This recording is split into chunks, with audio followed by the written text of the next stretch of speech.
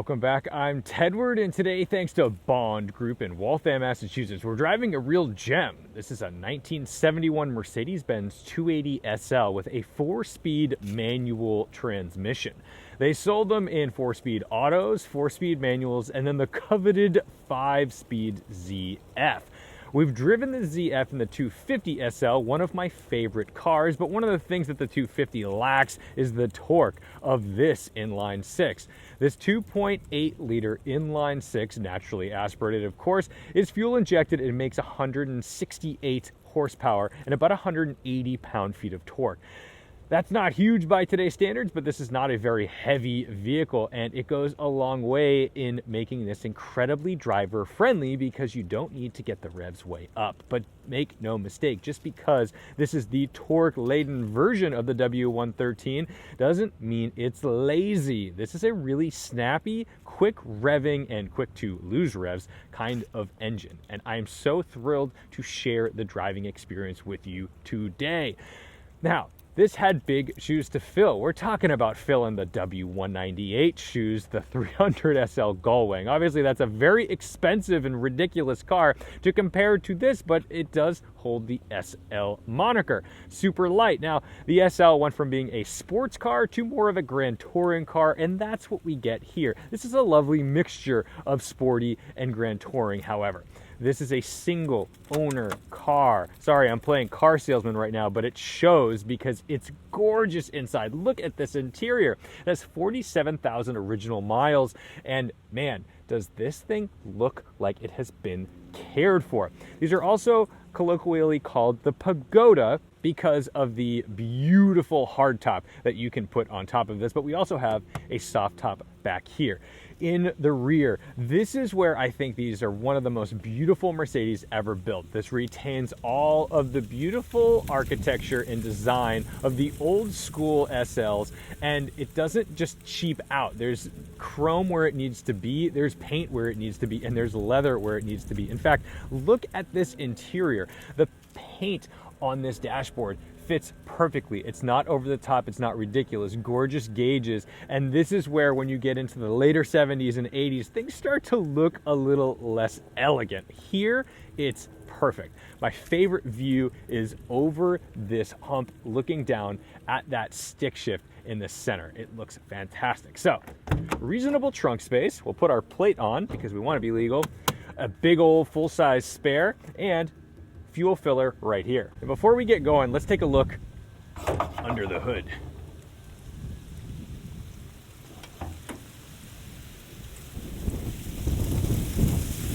Oof, windy.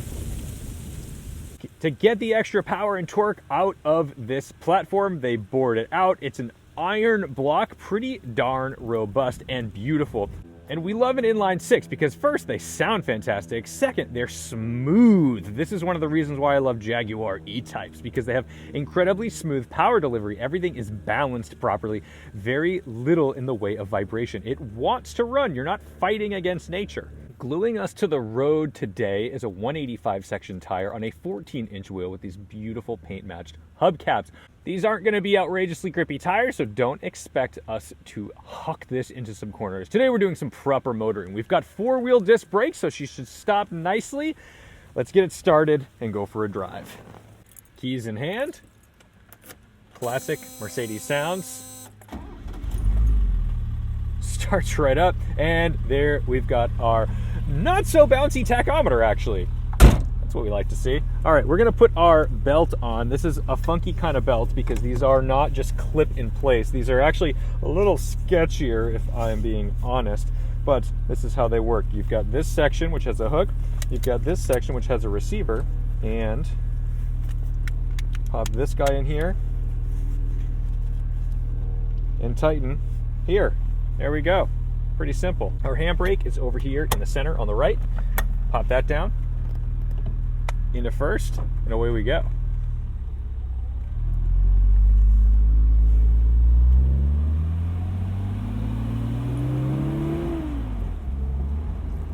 You see the revs drop immediately.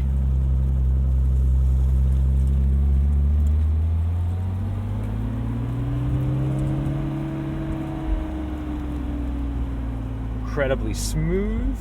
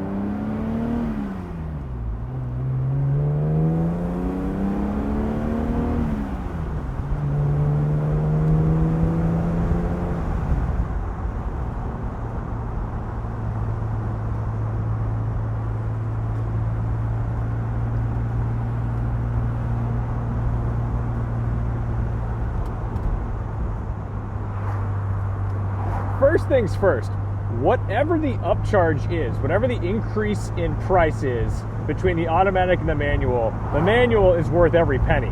This is so much better than driving the 4-speed automatic. No offense to those of you driving around in the cushy 4-speed auto, but this makes the experience so much better. It's a great gearbox. It's a phenomenal little shifter, and everything feels so tactile. It's a fantastic clutch that catches really low, and it gives me feedback.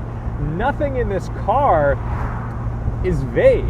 The only thing I think maybe if we want to say vague is the steering, but just because it's light, but it's still hydraulic assist, so I can feel what's going on. That combined with this giant steering wheel giving me all this mechanical leverage certainly makes it an easy car and not going to stress you out trying to get it around some corners. The suspension is soft and supple. It's got some body roll. It's not going to beat you up over the bumps, and you don't feel like you're going to break it because you've got all this sidewall since you've only got a 14-inch wheel. That's pretty big in terms of driving on today's roads. Interesting to hear a catless Prius. Always fascinating. I've got a Dodge Ram right up my bum, and I don't care because I'm in a gentleman's motor car. Nothing about this car says that I should be speeding or being disrespectful. I'm out for a lovely drive, and they can respect that.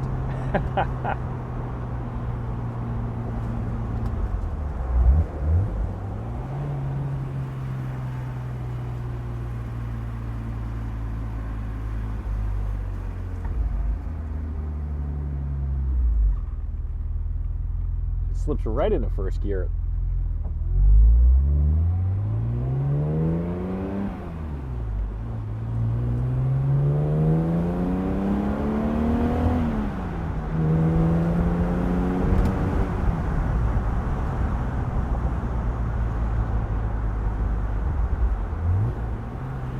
The brakes work incredibly well. That's helpful to have disc brakes, you know, making sure that you're not going to be worried about overburdening them with heat. Drums are no fun in a car that has a bit of power and torque. And despite the fact that this is not a, like, it's hard to say, it's a Grand Tourer. I don't know that I'd classify this as a sports car. It is sporty, it is enjoyable to drive, but it's relaxing. It doesn't encourage me to be bad. I feel like this is the kind of car that I want to own today because sometimes you get in the sports cars and they're stressful. They're just a little bit of work. You don't get the road you want. You don't get the traffic you want. But in this, I just feel happy. Kind of no matter what.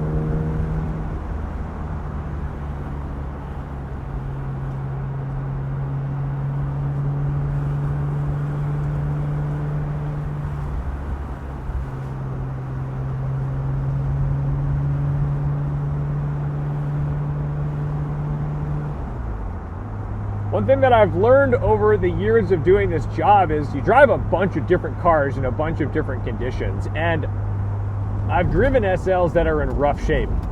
They're not great, they're not fun, and condition matters. If you can find something like this in pristine condition like this, or in a driver's condition like this, because this is a really good driver's car, not perfect, it's pretty close, but it's not perfect. This is not like concourse quality, brand new off the showroom floor, but almost as good as you get for a driver. My goodness, does it make all the difference in the world in terms of wanting to enjoy it, wanting to use it. It's not sloppy, it's tight, it's together, and it encourages you to go out and use it.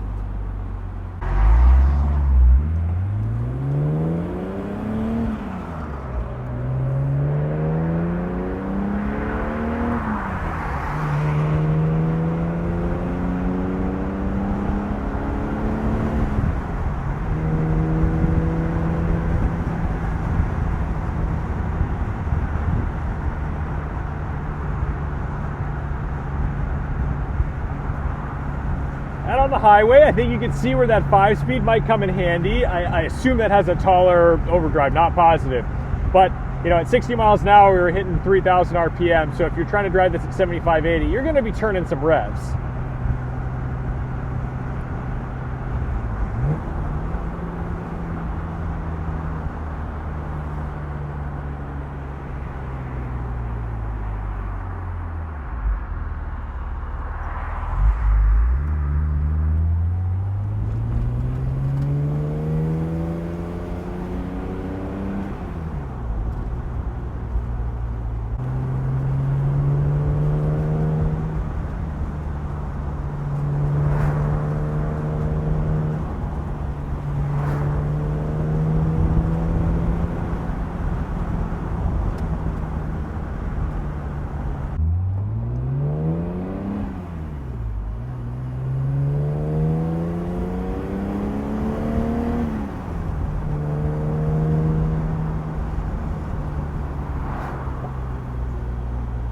I find this gearbox so easy and happy to operate. I love shifting this. I'm not afraid to go to the next gear. Some classics, it is a genuine fear. Oh no, am I gonna crunch third or second? Like never ever have I had a qualm driving this. I feel happy. I feel like I can operate it as I desire, not trying to just drive to its abilities. So while I slowly wind my way back to Bond Group behind a landscaping truck, let me talk about my final thoughts. Number one, the 280 is great because you get the additional torque. I'm in third gear right now, under 2,000 RPM, and it's very happy. It's a smooth inline six, and it doesn't feel like you need to work too hard in the high end to get juice out of it. That's relaxing. It makes for a nice grand tour. Second thing, man, oh man, pay up the extra money if you can. Get the manual if you're looking for one of these. I'm telling you, different experience, really charming, exciting. And three, the driving experience of these old SLs is wonderful because they're built so durably. They feel robust, they feel strong, and that's one of the things that makes them so charming to drive, because it does feel overbuilt. Somehow this has kind of these old man grand touring qualities about it, but I don't feel like it's an old man car. It still feels like a young man's game. That's unique, and for that we have to give a lot of points to this beautiful single owner 280 SL manual. Thank you guys so much for watching, liking, commenting, and subscribing. Don't forget to respect the drive, and I'll see you in the next one. And despite being a little soft with rounded edges, that doesn't mean that it's not an enjoyable driver. Sometimes you get into a luxury car and it means that, you know, the throttle is lazy and the shifter is not tactile and the steering is vague. All of these things still add up here as a luxury car, but also as a driver's car. That's not an easy task, and I think that's why the SL has stood the